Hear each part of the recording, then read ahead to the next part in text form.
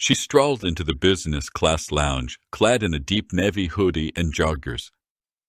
But they mistook her for an impostor and asked her to leave. They had no clue her CEO husband owned the entire airline, and what unfolded next left everyone astonished. The sunrise painted the vast windows of Frankfurt Airport as Emily Hart navigated the crowded terminal. At Jereson she carried an air of calm poise, her chestnut hair tucked under a white cap. Her athletic figure dressed in a comfortable, deep navy hoodie and black joggers. A simple gold pendant necklace was her sole adornment. To the casual observer, she seemed like any other traveler choosing comfort over fashion for a long flight. No one would suspect she was married to Samuel Hart, the billionaire tech mogul who had recently acquired Skyward Airlines as part of his burgeoning aviation empire. Emily checked her watch, a vintage piece passed down from her mother. She had ample time before boarding began for flight Hinkhadur to New York, where her siblings were celebrating their grandmother's 18th birthday. Samuel had offered their private jet, but Emily preferred flying commercial occasionally. It kept her grounded in reality, away from the bubble of wealth. "Just a plain black coffee, please," she told the barista at the terminal cafe, fishing out cash instead of using the black card tucked away in her wallet. The young woman behind the counter smiled. "Have a great flight to New York, ma'am." "Family celebration," Emily replied, dropping her change in the tip jar. Coffee in hand, Emily made her way to Gate das Njot. Her eyes lingered on the families playing together, couples sharing louder, business people engrossed in work. This mosaic of humanity intrigued her, perhaps because she'd grown up in a middle-class family in rural Germany before meeting Samuel at a tech conference where she'd been showcasing her sustainable energy research. "Now, boarding our business-class passengers for Skyward Airlines Flight 553 to New York," announced the gate agent. Emily picked up her simple carry-on, a well-loved duffel bag rather than luxury luggage, and joined the line forming at the priority boarding lane. A woman in designer clothes glanced at her casual attire, then did a discreet double-take. Emily was accustomed to these looks. They no longer fazed her. "Boarding pass, please," said the gate agent, a practiced smile on her face. Emily handed over her phone, displaying the digital boarding pass. The agent scanned it, and her smile wavered slightly as she looked between the business class designation and Emily's casual appearance. "Thank you, Ms. Hart. Enjoy your flight?" Emily nodded and walked down the jet bridge, unaware that her decision to dress comfortably today would soon spark a chain of events that would transform Skyward Airlines forever. As Olivia stepped aboard, the plush carpet beneath her feet seemed to absorb the hum of the bustling plane, while the warm, ambient lighting cast a soft glow on the sleek, polished wood accents that adorned the cabin. The air was filled with the subtle, effervescent scent of pre-departure champagne being poured by attentive flight attendants, their crisp uniforms a stark contrast to Olivia's casual attire. Diane Phillips, the lead flight attendant, looked up from her duties, her practiced smile momentarily freezing as her eyes took in the woman before her, dressed in a simple dark gray sweatshirt and sweatpants, a far cry from the elegance typically associated with first-class travel. "Good morning," Olivia said, her voice warm and friendly as she glanced at her digital boarding pass. "Seat 2A, by the window, please." Diane's perfectly penciled eyebrows arched slightly, a hint of doubt flickering in her eyes. "First class is to your left," she said, her tone carrying a subtle undertone of disbelief. "Yes, I know. Thank you," Olivia replied, her voice steady and assured as she moved confidently towards her assigned seat. She could feel Diane's gaze following her, a silent assessment that made her skin prickle. The first-class cabin was a symphony of luxury, with wide leather seats the color of rich, dark chocolate and plush pillows that begged to be indulged in, men in tailored suits, a woman in a designer dress that shimmered under the cabin lights, and even a celebrity chef that Olivia recognized from her favorite cooking show, all sat with an air of quiet expectation. Olivia stowed her well-worn backpack in the overhead compartment and settled into her seat, pulling out a dog-eared paperback with a faded cover, its pages yellowed with age and love. "Excuse me." A male flight attendant named Richard appeared at her side, his voice low but firm, like the rumble of a distant thunderstorm. May I see your boarding pass? Olivia looked up, meeting his gaze directly. Of course, she said, pulling up the digital pass on her phone once more. Richard scrutinized it, his eyes lingering on the screen before flicking back to Olivia's casual attire, taking in her simple silver bracelet and the modest timepiece on her wrist. "One moment, please," he said, his tone suggesting that this was far from over. Olivia watched as Richard conferred with Diane at the front of the cabin, their hushed whispers and stolen glances in her direction speaking volumes. The businessman across the aisle pretended to be engrossed in his newspaper, but the slight tilt of his head and the occasional surreptitious peek in her direction betrayed his keen interest in the unfolding drama. Taking a deep breath, Olivia steeled herself for the familiar signs of judgment that were beginning to form like storm clouds on the horizon. Diane approached, now accompanied by Caroline, the lead flight attendant whose name badge gleamed with the promise of authority. "Ma'am," Caroline began, her voice professionally modulated but cool as a winter's breeze. "There seems to be some confusion with your boarding pass." Olivia set her book down, her fingers tracing the worn spine as she gathered her thoughts. "There's no confusion," she said, her voice calm and direct. "I'm in seat 2A, first class." Caroline's smile tightened, like a noose being pulled taut. "Our system occasionally makes errors," she said, her tone suggesting that this particular error was more than a mere technical glitch. "This is a first-class cabin, and you don't think I belong here?" Olivia finished for her, her voice steady and unwavering. "Is that what you're suggesting?" Caroline asked, a flicker of discomfort crossing her carefully composed features. "Not at all," Olivia replied, her gaze unwavering. "I'm simply stating the facts. You've already verified my boarding pass twice. It clearly shows I'm assigned to this seat." By now, the other first-class passengers were watching the exchange with undisguised interest, their eyes flicking between Olivia and the flight attendants like spectators at a tennis match. Richard stood nearby, arms crossed over his chest, his expression suggesting that he'd seen this particular scenario play out before and knew exactly how it would end. "Perhaps you were upgraded accidentally," Diane suggested, her tone making it clear that she considered this possibility about as likely as snow in July.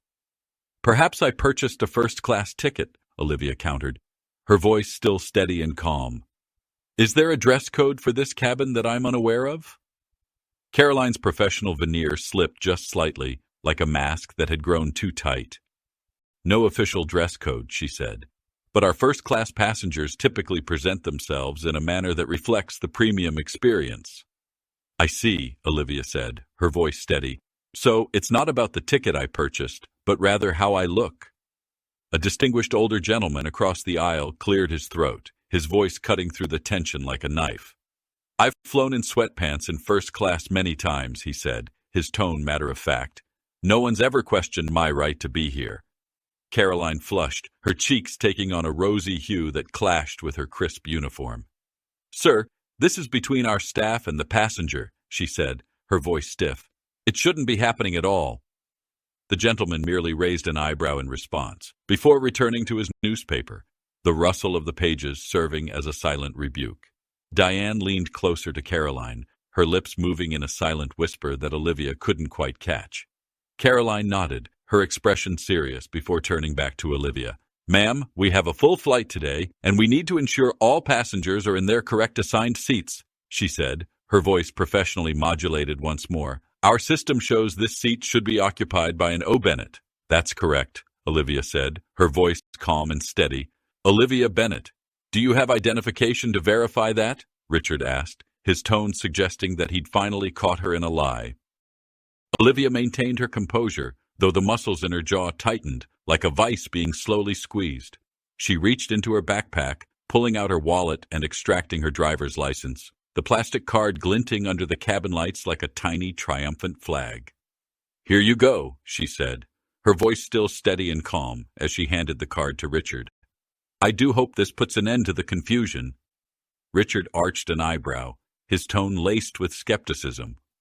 "Identification, please," he demanded, as if Olivia were a common criminal. Olivia felt her patience fraying like an old rope, but she kept her voice steady. "You've never asked another passenger for ID after they've boarded. she pointed out, her eyes flicking between Richard and Caroline. Caroline squared her shoulders, her expression unyielding. "There are discrepancies, Miss Bennet," she insisted, her voice as cold as the steel tray she held. "And it's standard procedure when there are issues." Olivia's hands clenched into fists at her sides. "What issues besides the fact that I'm not dressed to your satisfaction?" she retorted, her voice echoing through the cabin. The other passengers shifted uncomfortably, some whispering amongst themselves. A woman nearby leaned over to her companion, her voice loud enough for Olivia to hear. "She bought the ticket, fair and square. What's the problem?" Caroline's expression hardened, her lips pressing into a thin line. "Ma'am, if you cannot verify your identity, we'll have to reassign you to economy class." Olivia sat up straighter, her spine stiffening like a steel rod. "I can verify my identity," she said, her voice steady and calm. "But I shouldn't have to. No one else in this cabin has been asked to do so." Richard crossed his arms, his smirk barely concealed. "Miss Bennet, if that's who you are," he said, his voice dripping with condescension, "we're simply following protocol." Olivia's eyes flashed with anger. "No, you're following your biases," she corrected, her voice firm. "If I were dressed in designer clothes and pearls, we wouldn't be having this conversation." Caroline's professional smile vanished, replaced by a stern expression. "This is becoming disruptive, Ms. Bennet," she said, her voice frosty. "Either show identification, or we'll need to move you to economy class." Olivia felt the injustice of the situation like a physical blow, but she recognized the futility of making a scene. She didn't want to delay the flight for the other passengers. "Fine," she said finally, her voice tight. "I'll move, but I want your names and employee numbers. This isn't over." Richard's smirk grew wider, like a cat that had just caught a canary. "We'll find you a seat in economy and provide compensation for the fare difference," he offered, his voice smug. Olivia stood up, gathering her backpack with dignity. "I don't want compensation," she said, her voice steady. "I want accountability." As she walked through the premium cabin, Olivia felt the weight of the other passengers' gazes, some sympathetic, others amused. The older gentleman who had spoken up earlier shook his head, his expression disapproving. Diane led Olivia to her new seat in economy, her footsteps echoing like a death march. "Here you are, Ms. Bennet," she said, gesturing to a middle seat. "We apologize for any inconvenience." Olivia turned to face her, her eyes burning with unshed tears. "No, you don't," she said, her voice low and dangerous. "But you might soon enough." As the plane taxied down the runway, Olivia stared out the window, her reflection gazing back at her like a stranger. She had always believed in the power of her actions to shape her world, but today she felt powerless. She had been reduced to a problem, a discrepancy, a threat to the carefully curated image of luxury and exclusivity that Summit Airlines sought to project. Back in Denver, Patricia Winters paced her office, her heels clicking on the polished marble floor like a ticking clock. The quarterly customer experience review was looming, and the numbers were grim. She could feel the weight of her boss's expectations, the pressure to turn the airline's fortunes around. But as she stared at the graphs and charts, she couldn't shake the feeling that something was missing, something intangible and elusive. Little did she know, the key to unlocking Summit Airlines' true potential was already in the air, flying coach. Passenger complaints had increased by 11% over the previous quarter, with issues regarding staff attitude topping the list. "The board members will be attending," her assistant reminded her, "and Mr. Bennet has confirmed he'll be joining in person rather than virtually." Patricia's stomach tightened. Alexander Bennet had acquired Summit Airlines 9 months ago, but today would mark his first appearance at a quarterly review. His reputation for demanding excellence was legendary, as was his limited tolerance for excuses. "Make sure Caroline Reynolds and her first-class cabin crew are here," Patricia instructed. "They've maintained the highest customer satisfaction scores, and we need some positive examples to highlight." Meanwhile, across town, Alexander Bennet adjusted his tie in the mirror of their spacious penthouse. At 38, he carried himself with the natural authority of someone accustomed to success. His tailored navy suit and crisp white shirt projected power without ostentation. "Are you sure you don't want me to say something directly to the flight attendants?" he asked, watching Olivia's reflection as she sat on the edge of their bed. Olivia shook her head. "This isn't about personal revenge, Alex. It's about changing a culture. They humiliated my wife," he said, his voice tight with controlled anger. "That's pretty personal to me." Olivia stood and straightened his tie, though it needed no adjustment. "And I love you for that. But this is bigger than me, or those 3 crew members. This is about a system that judges people based on appearances rather than character." Alexander's expression softened as he looked at his wife. Olivia had maintained her groundedness despite the wealth that surrounded her now. It was one of the countless reasons he'd fallen in love with her. She saw the world without the distortion of privilege. "All right," he agreed. "We'll do it your way." He checked his watch. "The meeting starts in an hour." "You're sure about the timing?" Olivia noted. "Absolutely sure. And I'll be wearing exactly what I wore yesterday." At Summit Airlines headquarters, the executive conference room filled with board members, department heads, and key staff. Caroline Reynolds, along with Richard and Diane from the first-class cabin crew, sat together near the back. They had been surprised by the invitation to attend such a high-level meeting, but assumed it was related to their consistently high performance metrics. Maybe they're finally creating that elite service team they've been discussing. Richard whispered to Diane. "We'd be the obvious choice to lead it," Diane nodded, smoothing her perfectly pressed uniform. "I heard the new owner is actually attending. This could be a big opportunity." Caroline shushed them as Patricia Winters called the meeting to order. "Thank you all for being here today." Patricia began. "As you know, customer experience is the cornerstone of our brand promise at Summit Airlines. Today, we'll be reviewing our quarterly performance metrics and discussing strategies for improvement." The room quieted as the door opened and Alexander Bennett entered. Tall and commanding, he carried himself with the quiet confidence that came from building a tech empire from the ground up. "Mer Bennett," Patricia said, "we're honored to have you join us today." Alexander nodded and took a seat at the head of the table. "Please continue." The presentation began with slides showing various metrics and charts. Patricia highlighted the positive aspects while carefully framing the areas of concern. Alexander listened without expression, occasionally making notes on a small leather-bound notebook. "Now, I'd like to call attention to our bright spots," Patricia said, her voice gaining enthusiasm. "Our first-class service on transcontinental routes has maintained a 92% satisfaction rating, well above industry average. We have members of that team here today." She gestured toward Caroline, Richard, and Diane. Alexander looked at them for the first time, his gaze revealing nothing. "In fact," Patricia continued, "I've asked Caroline Reynolds, our senior first-class cabin manager, to share some insights about their approach to premium customer service." Caroline stood confidently and moved to the front of the room. "Thank you, Patricia. At Summit Airlines, we believe the first-class experience begins the moment our passengers step on board. We're trained to recognize and accommodate the needs of our premium travelers who expect and deserve a certain level of service." The door to the conference room opened quietly. "We carefully attend to every detail," Caroline continued, not noticing the new arrival. "From the way we address our passengers to ensuring that the first-class cabin maintains its exclusive atmosphere." Her words faltered as she noticed Alexander Bennett's attention had shifted. Caroline turned to see what had interrupted her presentation.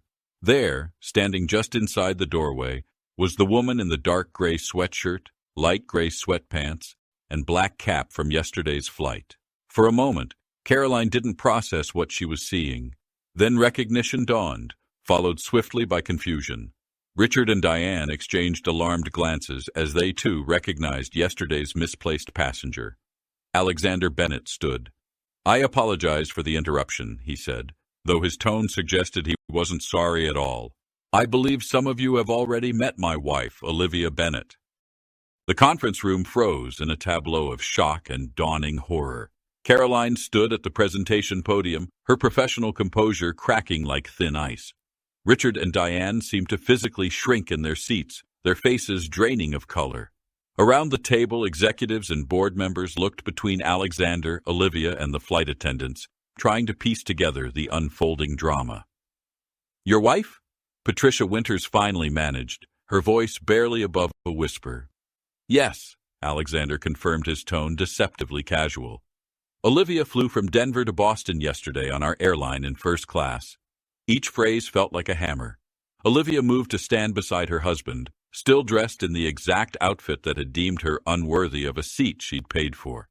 The silver bracelet on her wrist caught the light, the only hint of luxury on her person. Perhaps, Alexander suggested, Caroline was about to explain Summit Airlines' approach to recognizing premium travelers. "Please continue." Caroline's mouth opened and closed, no words emerging. Her carefully constructed presentation about first-class service excellence now laying ruins at her feet. Diane stared fixedly at the table, while Richard's earlier smirk had transformed into an expression of pure dread. There must have been a misunderstanding," Caroline finally stammered. "A misunderstanding," Alexander repeated thoughtfully. "Interesting choice of words.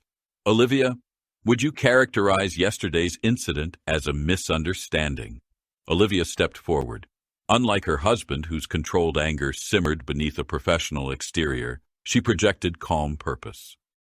"What happened yesterday wasn't a misunderstanding," she said, her voice clear enough to reach every corner of the silent room. "It was bias in action. I was judged not by my boarding pass, which was checked multiple times, but by my appearance." She looked directly at Caroline, Richard, and Diane. "You decided I didn't belong in first class because I didn't match your image of who deserves to be there.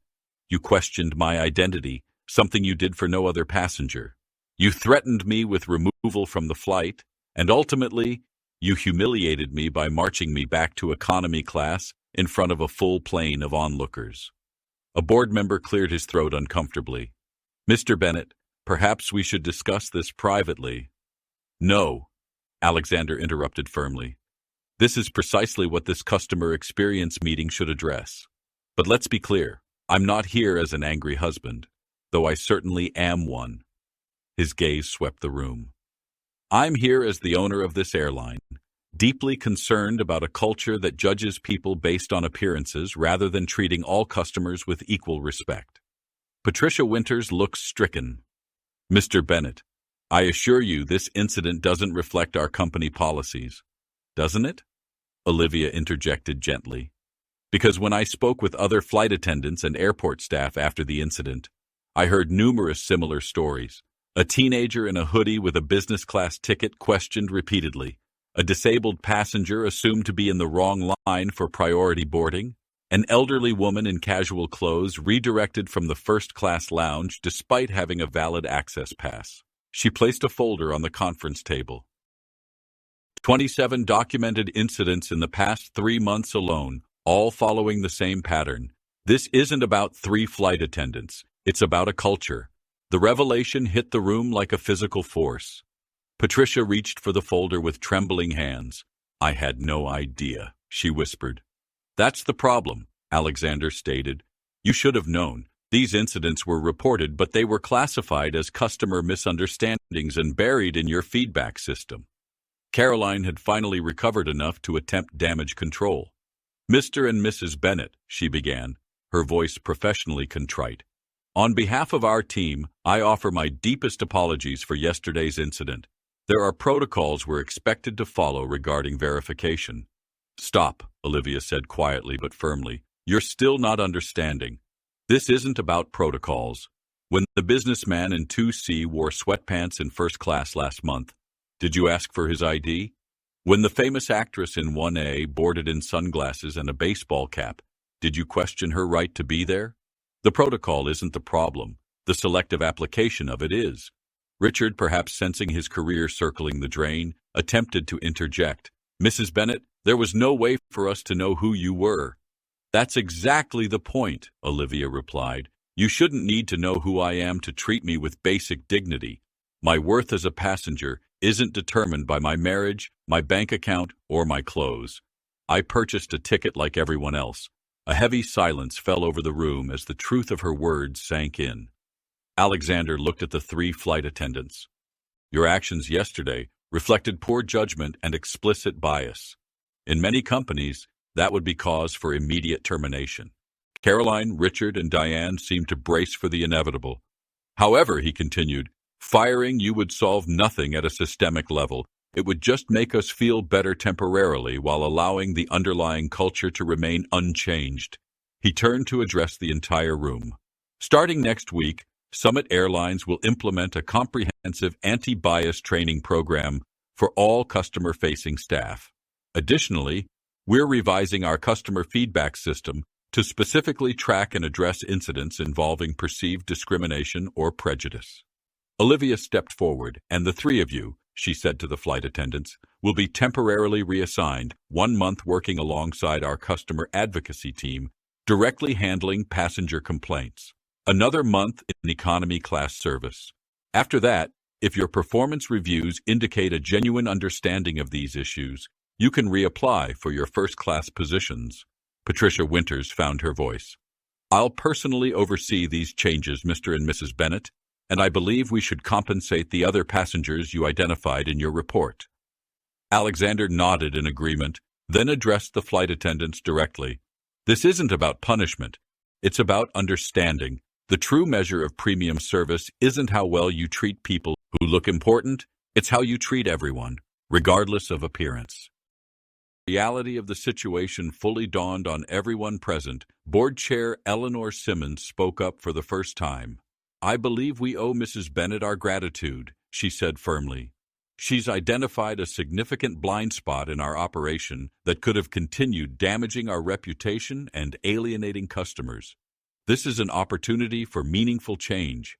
Caroline, Richard, and Diane sat in stunned silence, their earlier confidence shattered by the realization of their actions and the unexpected consequence. Not immediate firing, but something perhaps more challenging, the opportunity to learn and change. 3 months later, Olivia Bennett settled into Seat 2A on Summit Airlines Flight 923 from Denver to San Francisco. Dressed in the same dark gray sweatshirt, light gray sweatpants, and black cap, she opened her book and prepared for the 5-hour journey to a climate research conference. Good morning, Mrs. Bennett, said a familiar voice. Can I offer you a beverage before takeoff? Olivia looked up to see Richard standing beside her seat, professional and attentive. His eyes held none of the condescension from their previous encounter. Instead, there was something that looked remarkably like respect. Just water for now. Thank you, she replied. As Richard placed the water on her armrest, he hesitated. Mrs. Bennett, I'm not sure if you remember me. I remember you, Richard. He nodded, acknowledging the impossibility of being forgotten. I wanted to thank you, he said quietly. These past 3 months have been educational. Olivia regarded him thoughtfully. How was your time in the customer advocacy? Humbling, he admitted. I had no idea how many passengers felt dismissed or judged by our actions. Things I never even thought about, little comments or assumptions. They noticed everything. People usually do, Olivia replied. Down the aisle, she spotted Diane assisting an elderly man in casual clothes, her manner patient and attentive as she helped him stow his worn duffel bag in the overhead compartment. The transformation was subtle but unmistakable. The training program you and Mr. Bennett implemented has changed things, Richard continued. Not just procedures, but how we think about our passengers, about people in general. I'm glad to hear that. Richard straightened, returning to his professional demeanor. Enjoy your flight, Mrs. Bennett. If you need anything at all, I'm here to assist. As he moved to serve other passengers, Olivia noticed Caroline in the galley, efficiently preparing for takeoff. Their eyes met briefly, and Caroline gave a small, respectful nod. Summit Airlines changes went beyond 3 flight attendants, impacting all staff. Anti-bias training boosted customer satisfaction and employee morale. Other airlines noticed, challenging industry norms. At cruising altitude, Olivia watched the landscape, reflecting on how her experience sparked change through education, not vengeance. She saw a young woman in casual clothes enjoying first-class service without judgment.